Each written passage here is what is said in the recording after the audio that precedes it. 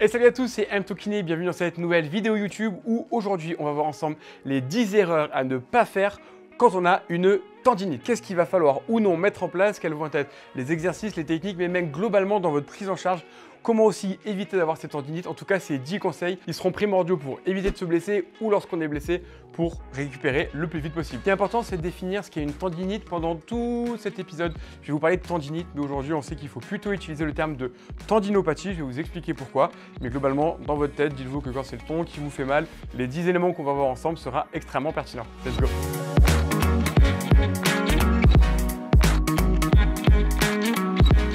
Avant de partir sur les 10 conseils, pourquoi est-ce qu'on parle plus de tendinite, mais on dit tendinopathie? J'en ai déjà parlé dans pas mal de vidéos. Tendinite, en fait, le suffixe it, il parle d'inflammation. Quand on a une appendicite, c'est une inflammation de l'appendice. Quand on a une méningite, c'est une inflammation des méninges. Et donc, quand on a une tendinite, c'est une inflammation du tendon. Or, on va le voir aujourd'hui dans les 10 conseils, il n'y a pas souvent d'inflammation. Il va vraiment falloir différencier la douleur de l'inflammation. Et ce qui va pouvoir vous aider, ça va être ce qu'on va appeler les horaires ou les modes d'apparition de votre douleur. Une douleur inflammatoire, ça va être une douleur qui va, par exemple, vous réveiller la nuit, mais pas parce que vous bougez. Elle va spontanément vous réveiller alors que vous êtes immobile. Ça va être une douleur qui va plutôt diminuer à chaud, mais qui va plutôt vous embêter sans raison particulière. À l'inverse de ces douleurs inflammatoires, on a ce qu'on appelle des douleurs mécaniques. Et globalement, c'est toujours soit l'un, soit l'autre. Il y a les douleurs neuropathiques, mais on en parle pas dans cette vidéo. Et globalement, les douleurs mécaniques, c'est plutôt j'utilise, j'ai mal, j'utilise pas, j'ai pas mal. Et ça, c'est vraiment important parce que vous verrez souvent dans vos douleurs de tendinite, vous l'avez compris.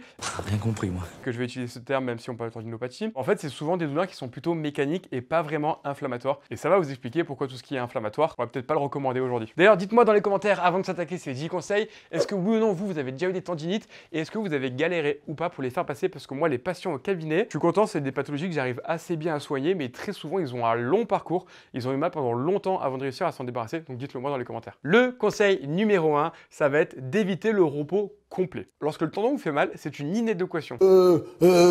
Inadéquation entre ce qu'il est capable d'encaisser et ce que vous lui faites subir. Globalement, il y a un truc qui va pas entre les deux. Le repos complet, ça va faire quoi? Ça va entraîner une diminution de la capacité de votre tendon à encaisser de la contrainte. Et ça arrive à peu près à partir de 48 heures. Donc globalement, si vraiment c'est très douloureux, vous pouvez faire du repos, mais à partir de 2 jours, il va plutôt falloir essayer d'adapter pour ne pas diminuer la résistance du tendon et plutôt le rendre plus fort et plus résistant pour la suite. Le deuxième point, ça va être de ne pas prescrire les mauvais exercices. On vient de le voir, le repos complet n'est pas l'idéal, donc l'inverse de repos, c'est de bouger. Mais ce qu'il faut comprendre, c'est que chaque type d'exercice va avoir des contraintes différentes. Et l'un des points principaux de la réhabilitation d'une tendinopathie, c'est de trouver les bons exos pour le stimuler en permanence. Par exemple, si on prend une tendinite du genou, un squat complet avec du poids est plus difficile à encaisser pour votre genou qu'un squat avec de la vitesse. Le sprint est très difficile à encaisser, les sauts sont très difficiles à encaisser. Les exercices en statique où je tiens une position et je ne bouge pas sont très faciles à encaisser. Donc en fait, il va falloir vous faire encadrer par un thérapeute parce que, mis à part si vous êtes penché sur le sujet, chaque exercice peut être bon ou mauvais selon la modalité que vous allez utiliser. On va vouloir des forces progressives, donc avec des exercices plutôt lents et dynamiques au début, voire même au début statiques carrément pour être progressif.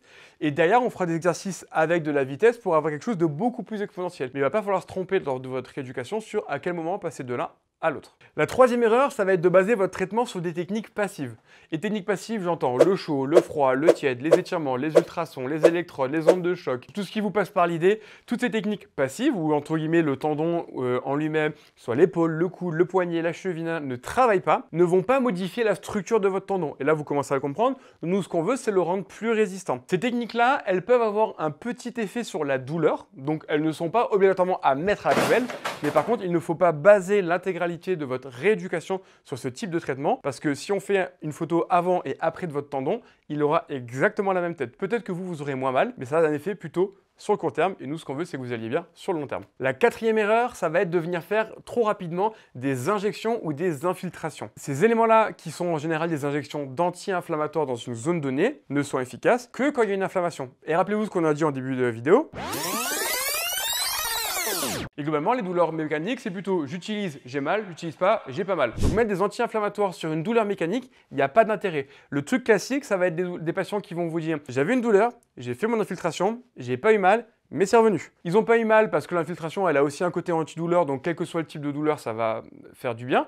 Mais une fois que le côté cache-misère est parti, vu qu'il n'y a toujours pas d'inflammation, mais qu'il y a toujours un problème mécanique, même cause, même conséquence, la douleur revient. Donc, il ne faut pas jamais en faire, parce qu'il y a des fois où il y a vraiment des inflammations, mais il faut être sûr que ça en soit une et que le traitement kiné n'ait pas été efficace dans un premier temps. Parce qu'avec les exercices en kiné, on peut aussi fortement réduire l'inflammation. Donc, infiltration, pourquoi pas, mais jamais, jamais, jamais en première intention. Cinquième conseil, ne pas écouter votre douleur. La douleur du tendon, elle est importante. Elle ne doit pas vous faire peur, mais elle est importante à prendre en considération. Quand vous faites des exercices, la douleur, et ça j'en parle dans beaucoup de mes vidéos, c'est un truc que j'utilise pour tout, que ce soit une tendinopathie, mais n'importe quelle douleur de manière générale, légère, qui n'augmente pas pendant l'effort et qui diminue très rapidement après et qui est absente le jour même et le lendemain, on garde. Pourquoi est-ce que vous avez mal? Juste parce que vous êtes en train de faire travailler justement un tendon qui a perdu sa capacité et qui peut-être à un moment donné a été inflammatoire mais ne l'est plus aujourd'hui. Donc il n'y a aucun problème à ressentir une douleur pendant. Si vous ne faites que des exercices non douloureux, vous risquez d'être en deçà de ce qu'il faut et de ne jamais changer la structure de votre tendon. Donc des exercices douloureux,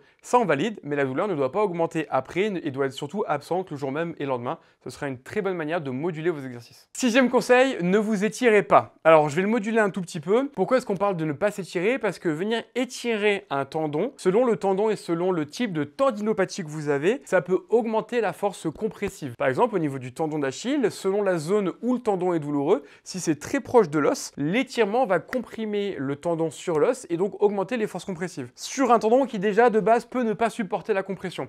Donc c'est pas toujours intéressant. Ça peut avoir un effet une fois encore antidouleur, on en avait parlé sur les techniques passives juste avant, donc pourquoi pas essayer un petit peu, mais ne pas en faire systématiquement et surtout ne pas faire sur toutes les douleurs de tendon, parce que des fois ça peut soit être inefficace, soit être efficace que sur le court terme, mais surtout des fois faire plus de mal que de bien. Septième conseil, ne pas utiliser de massage type friction ou les MTP comme on les faisait à l'époque. À l'époque, quand on faisait du MTP ça veut dire massage transverse profond. Pour faire très simple, c'était une tendinite là, je me mets mes deux doigts en mode bourrin et je te massacre la zone.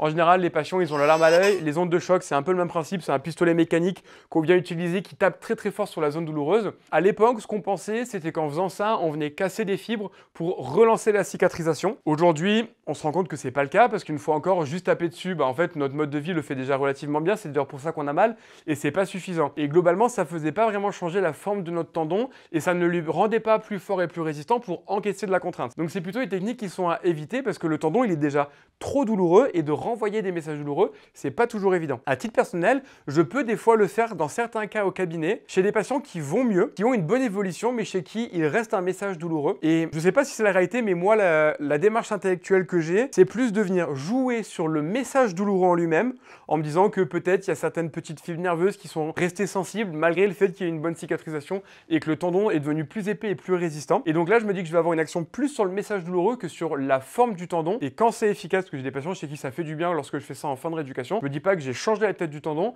mais plutôt qu'il restait un message douloureux séquelaire que j'ai réussi à éteindre, plutôt que de me dire j'ai relancé une cicatrisation. Le huitième point qui est extrêmement important, ça va être l'utilisation des images. L'image ne doit pas vous servir à poser un diagnostic et ne doit pas être un critère de progression ou ce qu'on appelle un prognostic. Donc le diagnostic, c'est de savoir si oui ou non j'ai un diagnostic et le prognostic, c'est de savoir un peu la prévision de comment va évoluer mon tendon. Pourquoi? Parce qu'on sait qu'il y a plein de personnes qui n'ont absolument aucune douleur et qui ont quand même des imageries de tendons fissurés, d'inflammation, de bourses, qui sont des petits coussins de glissement autour, bref, des gens qui n'ont pas de problème et qui ont quand même des imageries mauvaises, entre guillemets. L'imagerie, elle peut vous aider quand vous êtes en errance thérapeutique, des fois à poser un diagnostic pour plutôt exclure certaines pathologies, mais aujourd'hui, ce qui va vous permettre de vous dire oui ou non est-ce que j'ai un problème au niveau du tendon, c'est pas spécialement d'aller faire une échographie, parce qu'à la radio, évidemment, on le verra pas. Ce sera plutôt de vous dire est-ce qu'un élément qui est important, ce qu'on appelle la triade douloureuse, est-ce que j'ai mal à la palpation de mon tendon, à l'étirement de mon tendon et à la contraction de mon tendon. Et lorsque la triade est positive, là on partirait plutôt sur une tendinopathie. C'est un petit peu plus complexe que ça parce qu'il peut y avoir des sous-catégories et puis quand il n'y en a que 1,5 douloureux sur 3, qu'est-ce qu'on fait?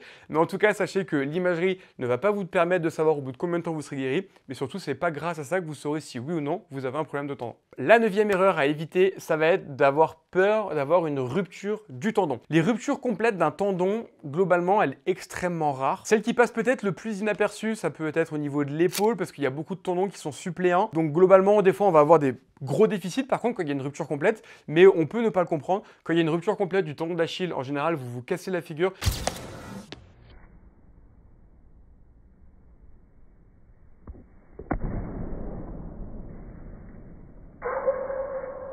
Au niveau du tendon rotulien, c'est pareil, lorsqu'il y a une rupture complète, vous vous cassez la figure, vous pouvez plus faire 2 pas. Donc globalement, si vous avez une douleur, ne vous inquiétez pas, la probabilité que vous ayez une rupture complète, elle est extrêmement faible. Donc une fois encore, l'imagerie du coup ne vous servira pas, mais surtout dites-vous que sûrement que votre tendon est douloureux, mais c'est pas obligatoirement un critère de gravité et que l'intensité de votre douleur n'est pas aussi corrélée à la gravité de votre lésion. Vous pouvez avoir très mal sur des fois une petite tendinopathie et vous pouvez avoir peu de douleur sur une grosse tendinopathie. Donc une fois encore, rappelez-vous ce qu'on a dit tout à l'heure sur la douleur, mais ne vous inquiétez pas, la rupture complète, c'est rarissime. Et enfin, le 10e point qui, je sais pas si c'est le plus important parce que j'ai l'impression qu'à chaque point je le dis, mais en tout cas qui est extrêmement pertinent, c'est de ne pas speeder votre rééducation et de prendre votre temps. Globalement, si vous avez vraiment un problème de tendon, je suis désolé, mais vous en aurez au minimum pour 3 et en général au moins 6 semaines de réhabilitation.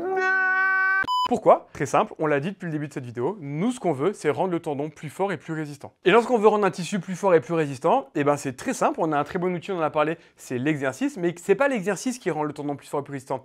C'est l'exercice qui va stimuler notre organisme qui du coup va s'adapter, et cette adaptation va le rendre plus fort et plus résistant. En général, c'est pour ça qu'il faut un bon sommeil, et ça malheureusement, ça se fait pas du jour au lendemain. On sait, lorsqu'on veut devenir plus fort et plus musclé, ça se fait pas en 2 jours, ça se fait sur plusieurs semaines, sur plusieurs mois, voire sur plusieurs années. Alors je vous rassure, pour les tendons et les tendinopathies, c'est pas le cas. Mais vous imaginez bien que si pour guérir d'une tendinopathie, il faut rendre le tendon plus épais, et bien globalement, ça va pas se faire en 2 jours. Ça va plutôt se faire sur plusieurs semaines. Et évidemment, ça je le vois régulièrement avec mes patients au cabinet, c'est pas parce que ça met plusieurs semaines que vous allez être gêné pendant plusieurs semaines. Un patient qui peut plus courir à cause de son problème de tendon, ça veut pas dire que pendant 6 semaines, il va pas courir. Au contraire, moi, dès qu'il peut, le patient, il reprend la course à pied. La course à pied est un très bon exercice pour remettre de la charge dans le tendon. Mais par contre, c'est sûr qu'il va pas aller faire 10 bornes dès la première semaine. Peut-être qu'il va courir que 5 minutes. Peut-être que si son sport c'est du crossfit, eh ben il va peut-être faire un peu plus de cardio et un peu moins d'haltérophilie. Peut-être que s'il y a une douleur d'épaule, peut-être qu'on va faire plutôt des exercices sous les 90 degrés qui sont souvent moins douloureux et qu'on va attendre la 3e semaine de rééducation pour aller chercher d'autres mouvements plus douloureux. Donc, comme on l'a vu, pas de repos complet des exercices, donc il va pas falloir attendre les 6 semaines